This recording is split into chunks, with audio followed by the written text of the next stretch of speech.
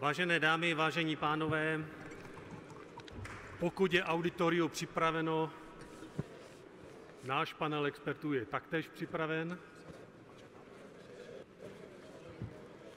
Takže ještě jednou, dámy a pánové, dovolte mi, abych vás přivítal na panelu, který je, nebo dá se říct, má premiéru na konferenci Naše bezpečnost není samozřejmost, protože až do této doby jsme zde neměli zastoupeno v takové míře a tak konsolidovaně Ministerstvo vnitra, Policii České republiky a Hasičský záchranný sbor. A samozřejmě pokud bychom vzali do úvahy i prohlášení v obranné strategii nebo v bezpečnostní strategii, tak by nám tady muselo sedět ještě podstatně více ministerstev, protože obrana České republiky je záležitostí vlády. Dovolte mi krátký úvod. Je to premiéra, je velmi dobře načasovaná, a to vzhledem k mezinárodnímu vývoji a bezpečnostní situaci a charakteru současných a především budoucích bezpečnostních rizik a způsobu jejich zvládání. Tady jsem se trošku zakoktal, protože záměrně jsem nechtěl použít slovíčko hrozby, ale rizika. Hrozby, pokud se zpětně díváte do našich strategických nebo i mezinárodních bezpečnostních dokumentů, zůstávají v podstatě stále beze změn, alespoň co se týče jejich struktury. Mění se pouze podle našich priorit, podle toho, jak se cítíme politicky silní, jak diplomaticky korektní či nekorektní jsme a pojmenováváme věci pravými jmény. Hrozby jsou objektivní, existují nezávisle na nás a pro nás se stanou důležité až tehdy, když zmaterializují do formy rizika. A rizika jsou jiná. Jsou subjektivní, každý vnímáme velikost a aktuálnost rizika jako působení hrozby na nějaké aktivum, vnímáme je jinak, stejně jako metody jejich zvládání. A navíc mají velmi nepříjemnou vlastnost. Velmi často nabývají hybridní formu. Stírají se hranice mezi dříve jasně oddělenými doménami bezpečnostní politiky státu, tou zahraniční, vnitřní, vnější, ekonomickou i informační. A samozřejmě i odpovědnost za ně. Hybridní je a bude působení nejen našeho protivníka, ale hybridní musí být i odpověď na tyto hrozby.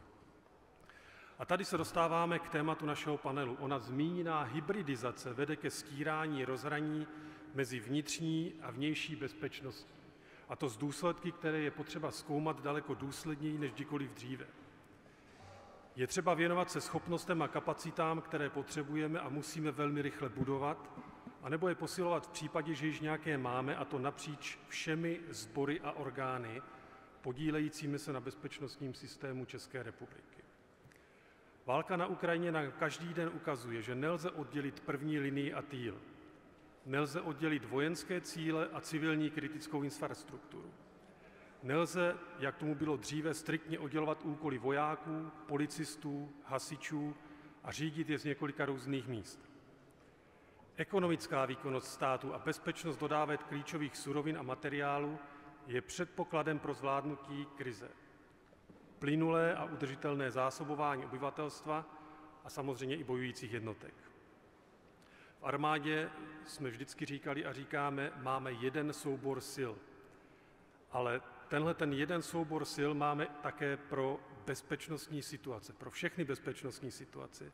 A ten musíme budovat a optimalizovat pro efektivní využití již v míru, zajistit jeho vnitřní i vnější interoperabilitu při plánování, sladění procesů velení a řízení, pořizování výzbroje a výstroje věcných prostředků, ale také legislativně.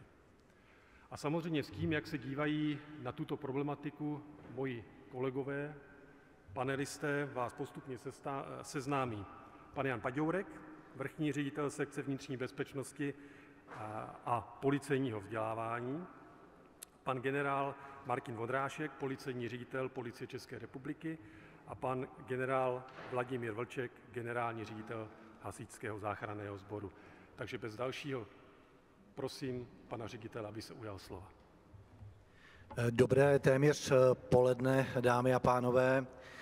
Já bych chtěl na počátku poděkovat Zbyňkovi a jeho týmu za pozvání a za organizaci této konference. Dovolte, abych ve svém krátkém vystoupení akcentoval vlastně dvě věci, které vás vůbec nepřekvapí, ale přesto si myslím, že by tady měly zaznít. Ta první věc je konstatování, že vnitřní a vnější bezpečnost je neoddělitelná a že vlastně vnitřní a vnější bezpečnost jsou dvě entity, které se vzájemně velmi prolínají. Konec konců vlastně aktuální vnitřní bezpečnost České republiky je zásadním způsobem ovlivňována právě vnějšími vlivy. A to druhé konstatování, které tady už také zaznělo, ale já ho musím říct také, je, že vlastně nejzávažnější hrozbou současnosti je ruská agresivní a imperiální politika. A asi si všichni uvědomujeme, že Rusko opravdu udělá vše pro to, aby rozložilo naši západní civilizaci a nezastaví se, pokud ho nezastavíme my sami. Tomu agresivnímu konání Ruska bych tady chtěl připomenout, že česká bezpečnostní komunita relativně dlouhou dobu upozorňovala na tuto hrozbu a chtěl bych také připomenout, že některé minulé vlády a dokonce někteří bývalí vysoce postavení ústavní činitelé tuto skutečnost velmi bagatelizovali a vlastně boj s touto hrozbou zásadním způsobem znesnadňovali. Jsem přesvědčen, že kdyby tomu tak nebylo, takže bychom možná v tuto chvíli mohli být daleko připravenější, než vlastně ve skutečnosti jsme. Navzdory tomu, co jsem ale tady teď konstatoval, chci ale říci, že Česká republika stále patří mezi nejbezpečnější země na světě, ale zároveň musím tedy samozřejmě dodat, že tato skutečnost nemusí trvat stále. Krize, které dříve ve své podstatě se mohly prolímat izolovaně, mají dnes schopnost způsobovat jakési sekundární krizové situace s potenciálem ohrozit samotnou podstatu našeho demokratického systému. Dá se tedy říci, že žijeme v době jakýchsi polykrizí a kde vlastně tyto polykrize, kromě kaskádovitého efektu, mohou vznikat a také vznikají v rámci dalších procesů a vlastně můžou vzniknout několik krizí najednou. Já ve svém vystoupení úvodním vlastně budu akcentovat jenom 3 oblasti, které považuji ze strany Ministerstva vnitra za opravdu důležité a klíčové. Samozřejmě, že těch hrozeb a krizí a rizik bychom tady mohli probírat celou řadu, ale já se velice krátce v jakýchsi jenom stručných headlinech zmíním o těchto následujících oblastech. Jednak krátce pohovořím k otázce kybernetické bezpečnosti, dále k otázce dezinformací, v neposlední řadě i k otázce migrace, přičemž nebudu zde hovořit o migraci nelegální, ale spíše o uprchlické krizi, která tady byla způsobena ruskou agresí na Ukrajině. K té kybernetické oblasti a kybernetické bezpečnosti jenom velmi stručně chci říci, že osobně považuji tuto oblast za naprosto zásadní a je to i oblast, která má nejvyšší potenciál České republice škodit. Chci tedy říci, že vlastně se obávám, že jestli Česká republika může být zasažena nějakým útokem, který může mít dokonce fatální důsledky, tak ten útok by s největší pravděpodobností mohl přijít právě z kybernetické oblasti.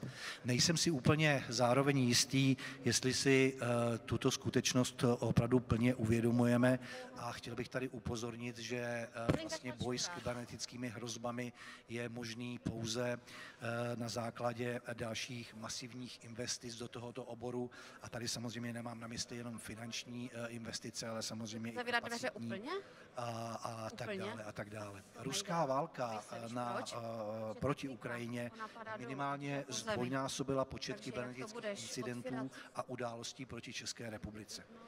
Dohledové centrum Ministerstva vnitra čelilo v roce 2023 celkem 35 kybernetickým bezpečnostním incidentům, ale zároveň jsme řešili 829 kybernetických bezpečnostních událostí.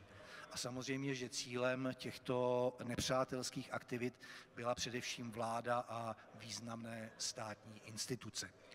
V prostředí ministerstva vnitra se jednalo o útoky především na webové portály samotného ministerstva, Policie České republiky, Hasičského záchranného sboru, ale i na servery centrálního místa služeb, tedy na oblasti nebo řekněme součásti ministerstva vnitra, které by mohly být za určitých okolností v době krize v podstatě nejdůležitější a my vnímáme všechny tyhle ty aktivity jako pokusy našeho protivníka zjistit vlastně, jakou máme odolnost a samozřejmě pokusit se celé tyto systémy penetrovat.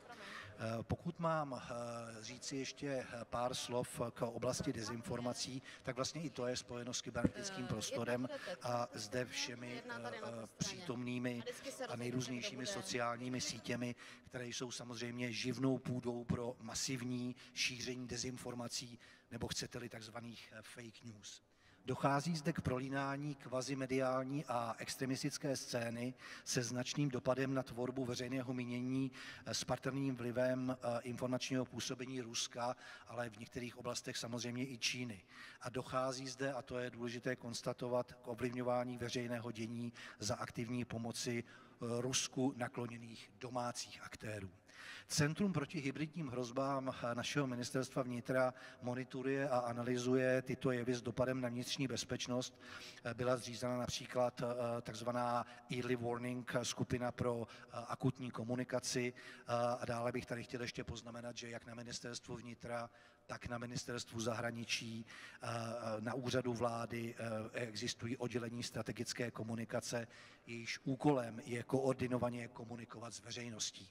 Na druhou stranu si musíme přiznat, že otázka strategické komunikace není v České republice doposud uspokojivě řešena a tato oblast by samozřejmě vydala na celou další přednášku.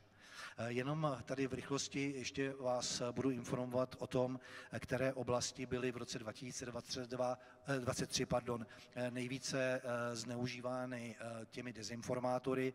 Tak asi nepřekvapí, že na prvním místě to byla právě agrese Ruska proti Ukrajině, na druhém místě to byly prezidentské volby, na třetím místě bezpečnostní incidenty, které souvisí s antisemitskou scénou, například pokusy skupiny demonstrantů odstranit z budovy Národního divadla ukrajinskou vlajku, anebo série konfliktů mezi romskou a ukrajinskou minoritou. Dále to byl teroristický útok Hamásu proti Izraeli samozřejmě a v neposlední řadě i problematika střelby na Filozofické fakultě v prosince minulého roku. Ještě několik slov, než dám slovo svým váženým kolegům k migraci, respektive k uprchlické ukrajinské vlně. V České republice aktuálně v tuto chvíli působí a žije 1 milion zhruba 100 000 cizinců, což je téměř 10% naší populace. Z toho Ukrajinců je 580 000 a to jsou prosím Ukrajinci všichni, kteří přišli jak před válkou, tak po válce. Ti, kteří přišli po válce a získali u nás dočasnou ochranu, tak těch je 380 000. Jak známo, ministerstvo vnitra má vlastně hlavní gesci za migrační a azylovou politiku. Je to konáno prostřednictvím odboru azylové a migrační politiky a správy uprchlických zařízení. A chtěl bych říci, že vlastně celý ten systém, který ministerstvo vnitra používá, byl dimenzován zhruba na 500 000 cizinců, kteří žili na území České republiky. Chtěl bych tady tedy poznamenat, že dnes je tady na území České republiky 1 milion 100 000 cizinců a já prostě se obávám, že celý ten systém právě v kontextu toho, co jsem teď právě řekl, je na samé hranici toho, čeho je schopen, aby mohl důstojným způsobem dostát plnění svých úkolů. Pokud by byl vývoj na Ukrajině krajně nepříznivý, tak jako si to všichni nepřejeme a způsobil by třeba další větší migrační vlnu, která by mohla přijít z Ukrajiny, tak se obávám, že v těchto kapacitách už by ta situace nebyla plně zvládnutelná a chci tedy říci, že z tohoto hlediska na nějakou další velkou migrační vlnu Česká republika není dostatečně připravena. Samozřejmě, co se týká té ukrajinské migrační vlny, ona byla také provázena celou řadou dezinformací o protěžování uprchlíků, respektive cizinců. Jenom pro zajímavost 2 čísla, jaká je skutečná realita. Sumární podíl nepojistných sociálních dávek, co se týká všech třetizemců, kteří žijí na území České republice, je zhruba 1,3 % z celkového počtu sociálních dávek a nejvyšší míra čerpání se projevuje u dávek státní sociální podpory a ta činí pouze 2,2 % z celkového počtu. Lze tedy konstatovat, že se nám ty aktivity, které se konají na Ministerstvu vnitra, vyplácejí především tím, že dojde k posílení pracovního trhu, daňovým odvodům do státního rozpočtu a tak dále a tak dále. Takže nebudu přetahovat dál svoje vystoupení a předám slovo svým kolegům. Děkuji za pozornost.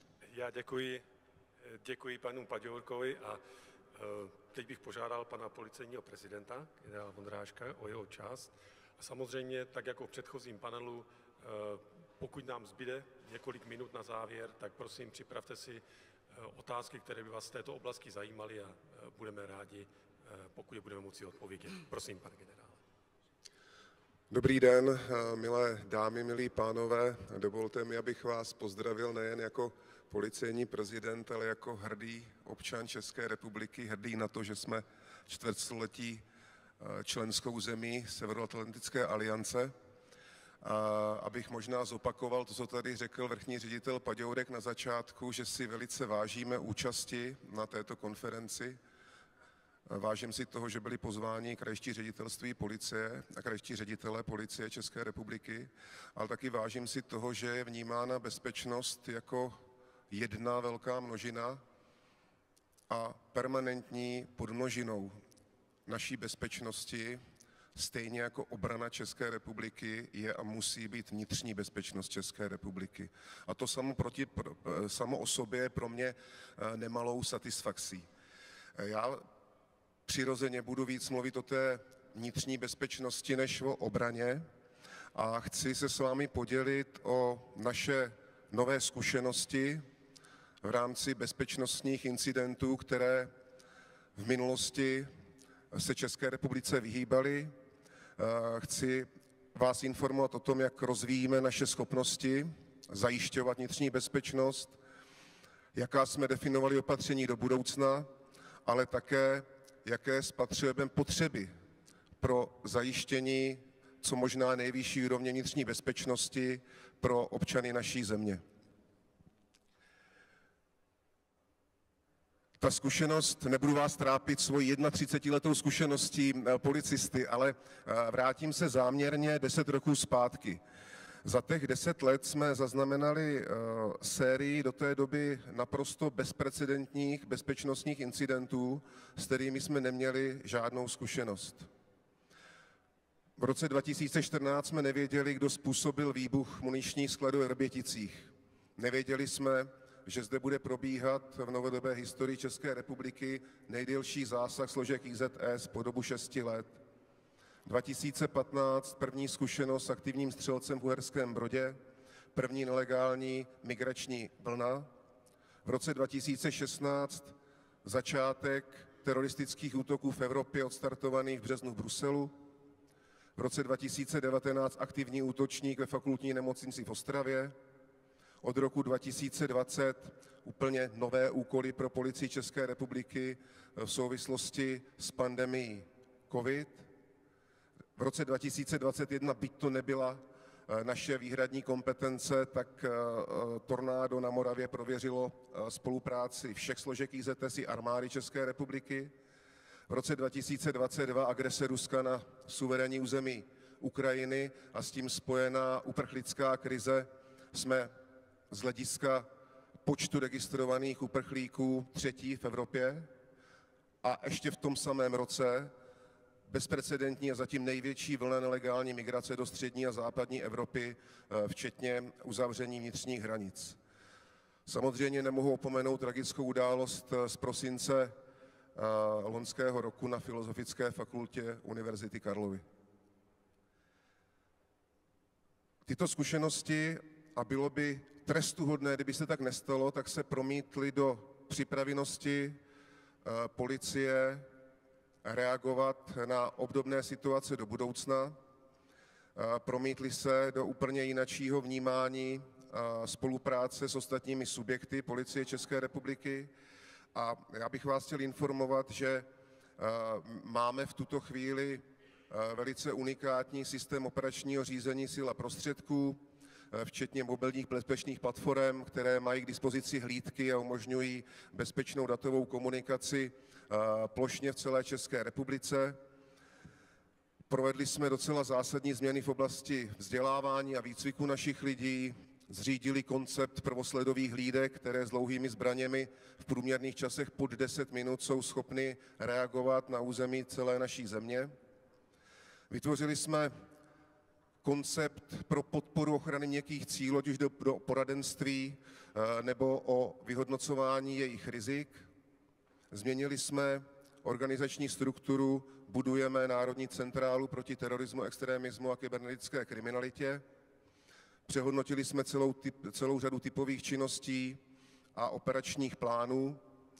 A podstatně těsněji jsme se naučili spolupracovat s veřejnou správou a zejména s územní samosprávou. A úplně na jinačí úrovni je spolupráce s armádou a s subjekty Ministerstva obrany, protože nás k tomu prostě situace a čas donutili. A chci poděkovat ať už Karlovi, ale samozřejmě i lidem z vojenské policie a z vojenských lesů statků za to, že umíme nacházet společná řešení a vím, že v minulosti to nebylo tak snadné. Stejně tak jsme museli prohloubit spolupráci s našimi mezinárodními partnery, ať už na úrovni Frontexu, Europolu, protože ten zločin, který ohrožuje vnitřní bezpečnost, nezná mezí, nezná hranic. Nejvýznamnější kybernetické útoky na nás mířily vždycky ze zahraničí.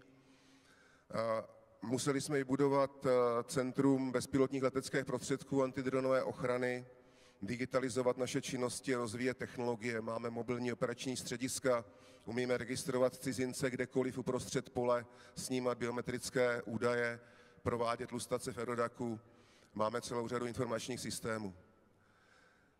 Já o tom mluvím proto, abyste slyšeli aspoň v tom omezeném čase, že policie nespí a snaží se poučit z toho, co má za sebou, snaží se inspirovat, snaží se investovat do svého personálu, ale i do technologií, ale hlavně snaží se otvírat veřejnosti, komerčním subjektům, institucím a velice intenzivně spolupracovat zejména s vysokými školami.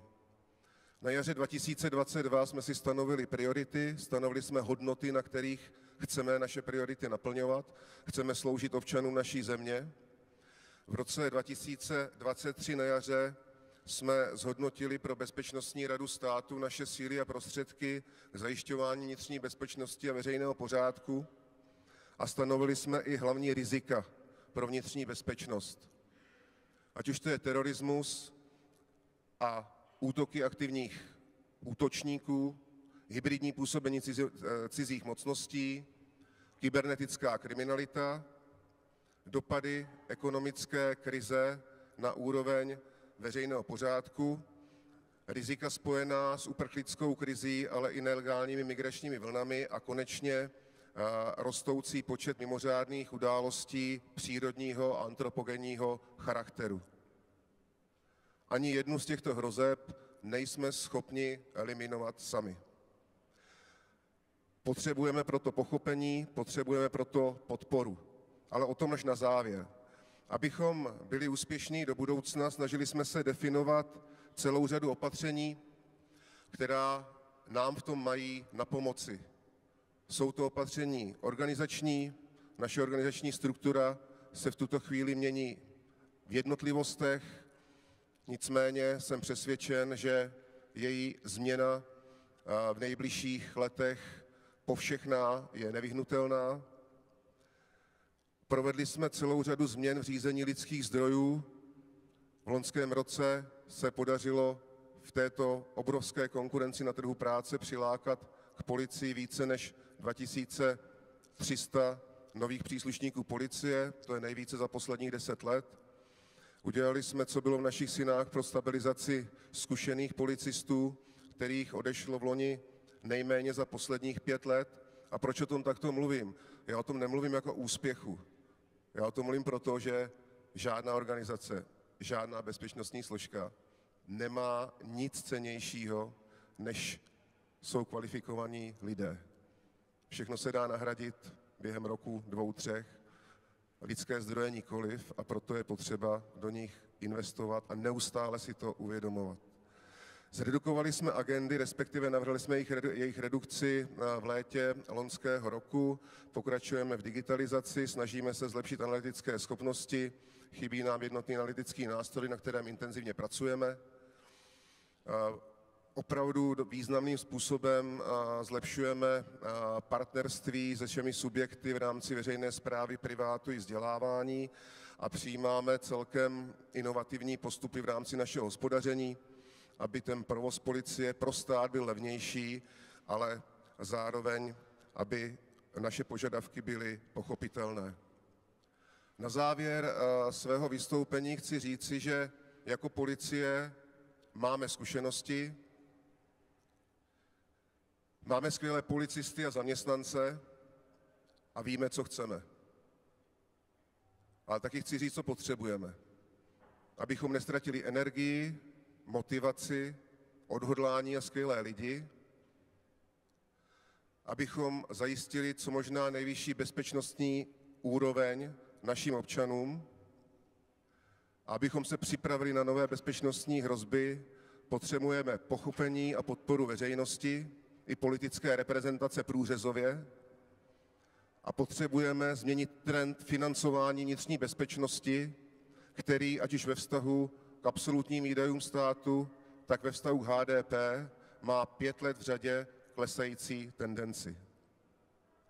Bezpečnost je jen jedna, nelze oddělovat obranu územní celistvosti České republiky od nevojenských útoků na její vnitřní bezpečnost. Bezpečnost není zadarmo, je potřeba do ní investovat. V tomto kontextu se naprosto ztotožňuji s programovým prohlášením vlády, že bez bezpečnosti není stabilita a bez stability nemůže být prosperita. Děkuji vám za pozornost.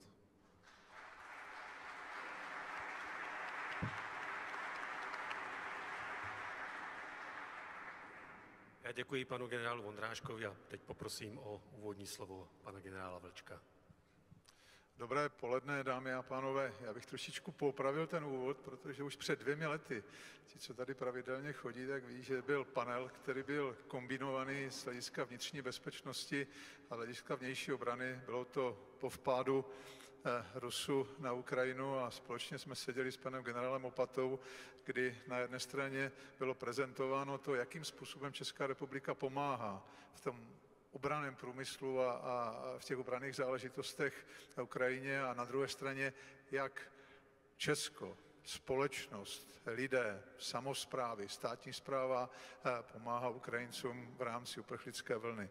Takže to jenom na úvod. Jinak moc děkuji za pozvání, velmi si vážím toho, že tady společně můžeme sedět s panem policejním prezidentem a panem ředitelem Paďourkem. Já opravdu to vnímám nejenom ve vztahu k hasičskému záchrannému sboru, ale k celé rodině hasičů. A tady asi chci akcentovat to, a je třeba si to uvědomit, že nás je více než 90 000, kteří jsou denně připraveni opravdu podpořit tu vnitřní bezpečnost. A nechci tady říkat, že to je 3násobek armády nebo 2násobek policie a nedělám rozdíly, jestli to je profesionální hasič, hasič závodní, anebo dobrovolný hasič, ale je důležité to, že tady je prostě velká skupina občanů, která je připravena pomoci, a to je, si myslím, velmi důležité. Nicméně k tématu konference. Já když jezdím na ta jednání, která se týkají vlastně už té změněné situace, tak v tuto chvíli akcentují 2 základní věci. A to je CIMIC, Civil Military Cooperation, to znamená spolupráce, a druhá záležitost rezilience nebo odolnost. Já se jenom lehce zmíním o těchto 2 záležitostech, protože i pan policejní prezident to tady zmínil. I u nás v minulosti to bylo trošičku komplikované s tou spolupráci mezi obranou částí a tou nevojenskou částí. Nechci to vůbec personifikovat, ale bylo to dáno tím, že tady byl velmi výrazný rezortismus. To znamená, že opravdu my jsme dělali to, oni dělali ono a ta spolupráce byla jenom na velmi úzké rovině. Ta situace se změnila. Změnila se v poslední době, změnila se samozřejmě po té krizi, jestli to tak mohu nazvat, na Ukrajině, ale změnila se i v tom mezinárodním kontextu. Tam, kde ty orgány nespolupracovaly, což například byla Evropská unie a NATO, respektive spolupracovali velmi málo, tak dneska ta spolupráce je mnohem intenzivnější, než byla dřív. A projevuje se to prostě i v té nevojenské oblasti. A to je velmi důležité, protože například Evropská unie má zřízený systém, obecně se to nazývá mechanismus civilní ochrany Evropské unie, který samozřejmě je primárně zřízen pro mimořádné události, pro katastrofy, ale už je vidět, že je využíván i v případě tady této vojenské záležitosti na Ukrajině, v Gaze a v dalších místech. Takže to je něco, co nám ukazuje, jaká je cesta do budoucna. Když jsme před nějakou nedávnou dobou seděli na Bezpečnostní radě státu a byla diskuze o tom, jak mají vypadat připravenost složek integrovaného záchranného systému, bezpečnostních složek, tak pan generál Řehka řekl něco, co opět rozbouřilo hladinu, jako obvykle, on to dobře umí, ale myslel to dobře a říkal, my jsme vojáci a my jsme připravovaní na obranu a není možné do budoucna předpokládat to, že když vznikne mimořádná situace, tak první, co udělá stát, co udělají samosprávy, no budeme volat vojáky. Ty mechanismy musí být takové, že každý má dělat to, k čemu je zřízen.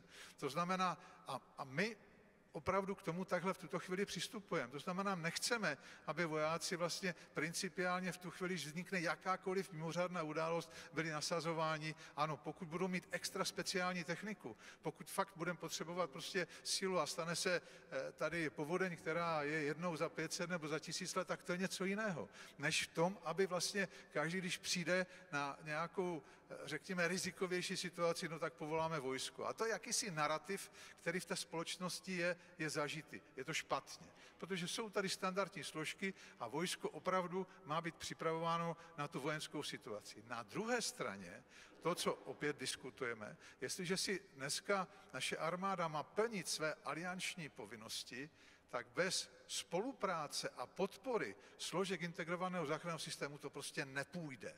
Jestliže hovoříme o Host Nation Support, to znamená o podpoře ze strany hostitelské země, o tranzitních trasách, to jsou prostě všechno věci, na kterých potřebuje prostě spolupráci integrovaného záchranného systému. A ten integrovaný záchranný systém, to je něco, co určitým způsobem je unikátní v České republice.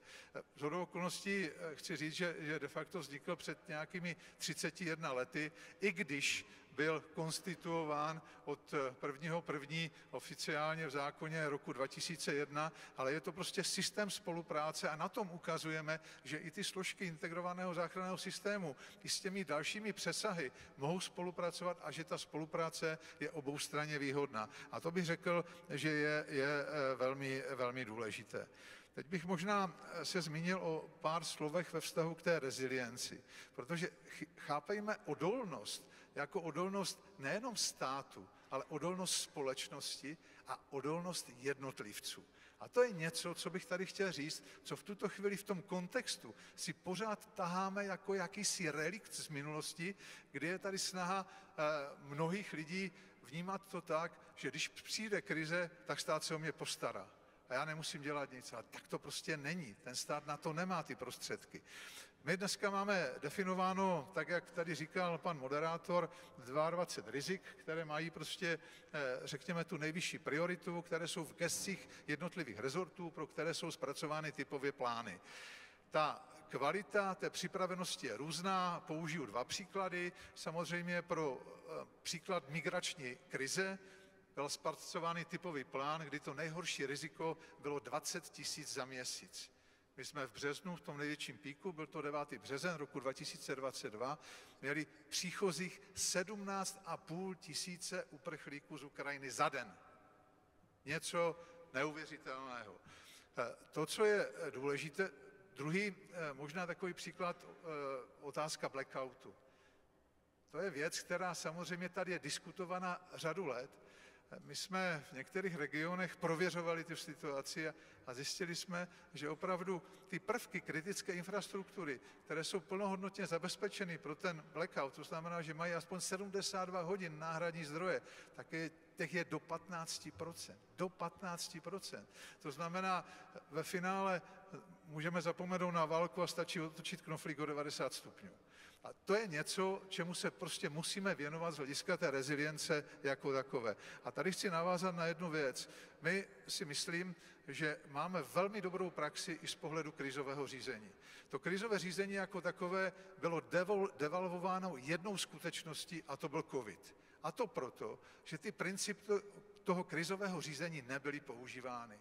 Na druhé straně, za té uprchlické krize, o které tady hovořil pan ředitel Paďourek, ty principy byly důsledně dodržovány, ať už z hlediska státu, tak z hlediska samospráv. A výsledek byl ten, že jsme byli schopni opravdu v průběhu několika málo týdnů ubytovat a postarat se jako celá společnost o mnoho set utečenců z Ukrajiny jako takové.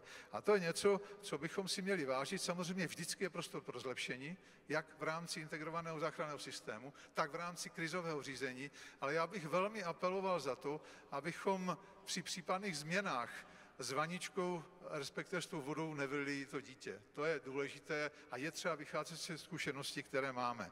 A teď možná jenom na závěr pár slov, které se týká ochrany obyvatelstva. Stejně jako to tady bylo řečeno z hlediska předřečníků, ochrana obyvatelstva a koncepce ochrany obyvatelstva poslední byla schválena v roce 2020 v době míru pro de facto mírový stav.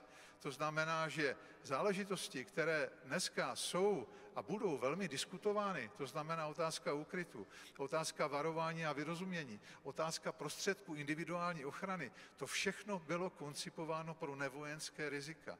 Někde už to bylo bráno jako například kryty, relikt minulosti. Nestavili se nové kryty. Ale je nepravdou říkat pro ty, kterým se to hodí, že za minulého režimu bylo postaráno o všechny občany, že se měli kde ukryt. No není to pravda. Bylo postaráno pouze o 13% občanů. 13%. Bez jakékoliv selekce jako takové. A je třeba se podívat na to, že kdybychom se chtěli dostat na situaci jako Finsko, nebo jako Švýcarsko, kde se budovaly kryty hned po válce, tak je to z hlediska našich propočtů astronomická částka, která by si vyžádala 5 bilionů korun. Nereálné v našich ekonomických podmínkách. A i ti Finové zprovozňují ty kryty za 12 hodin. A to prostě tady pan náčelník generálního štábu mi řekne, že prostě přiletí třeba ta taktická zbraň v rozsahu řádově minut. Takže to jsou věci, které je třeba vnímat a které je třeba diskutovat. Totéž v návaznosti na varování a vyrozumění, to znamená na sirény, kde částečně dochází k jakésimu upgradeu. Poslední události nás také přivádí k tomu, že chceme modernizovat ten systém formou cell broadcastingu, informačního systému z hlediska integrovaného záchranného systému a dalších věcí, ale všechny tady tyto záležitosti se nedají dělat bez samozřejmě finančních prostředků. A možná ještě jedno slovo na závěr, které se týká masek. To, že spousta z nás si pamatuje, že když jsme chodili do školy, takže vlastně jsme měli cvičení, masky ale zase nebyla ta situace taková ani v minulosti, že všichni občané České republiky, tehdejšího Československa, by byli zabezpečeni těmito věcmi. Bylo to řádově ve 40%. Dneska se volá potom, aby vlastně se změnila ta situace, ale pokud se změní situace, tak to vyžaduje finanční prostředky a nemalé finanční prostředky. A tady si myslím, že v tuto chvíli je třeba říct, že my musíme updateovat tu koncepci ochrany obyvatelstva, musíme ji předložit Bezpečnostní radě státu, musíme ji předložit na vládu, aby jsme jasně definovali, které jsou ty ohrožené skupiny a jakým způsobem se pro ty ohrožené skupiny máme starat. A to ve finále pak bude znamenat třeba změnu té koncepce nejenom ve vztahu k ukrytí, ale také i ve vztahu k těm individuálním prostředkům ochrany obyvatelstva. A na úplný závěr bych chtěl říct, že to, co tady ještě ve veřejném prostoru úplně nezaznělo v návaznosti na ochranu obyvatelstva, je to, že ochrana obyvatelstva není možná bez spoluúčasti konkrétního občana. To prostě není možné. Není možné k tomu přistoupit tak, že já jsem nemocný člověk, jdu k lékaři a řeknu, doktore, vyléč mě. To prostě není cesta. Tady opravdu musí být spolupůsobení toho občana, a které se projevuje jak ve vzdělání, tak k tomu přístupu a máme řadu prostě pozitivních, řekněme, akcí, které prostřednictvím výuky ve školách, prostřednictvím Centra bezpečí, třeba například v Karlových Varech a dalších, dostaneme i do té dospělé populace to, co dostat potřebujeme. Omlouvám se, jestli jsem byl trošičku delší, ale to jsou ty hlavní akcenty, které jsem tady chtěl říct, že opravdu i v tom mediálním prostoru musí zaznít to, že i každý občan musí být spolu zodpovědný za to, jakým způsobem bude docházet k ochraně jeho vlastního. Děkuju. Pane generále, děkuji.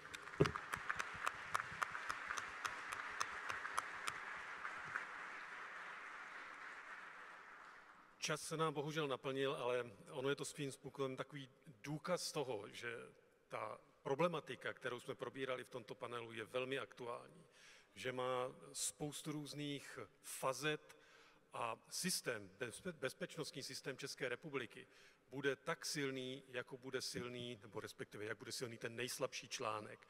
A tady skutečně do budoucna je potřeba se začít bavit o takových věcech, jako je třeba, jaké prostředky budou vykazovány skutečně jako vynaložené na obranu České republiky. Bude to čistě jenom obranný rozpočet, nebo se do toho budou započítávat i další náklady z odpovídajících ministerstev, jakým způsobem budeme z hlediska té vzdělávací aktivity navyšovat rezilienci naší populace, našeho státu. A myslím, že nejlepší, jakým způsobem můžeme pokračovat cestou další diskuze, dalších workshopů, dalších konferencí a toto téma neuložit až na další konferenci. Naše bezpečnost není samozřejmost, ale průběžně je kultivovat. Děkuji panelistům, děkuji za pozornost a přeji dobré chutnání.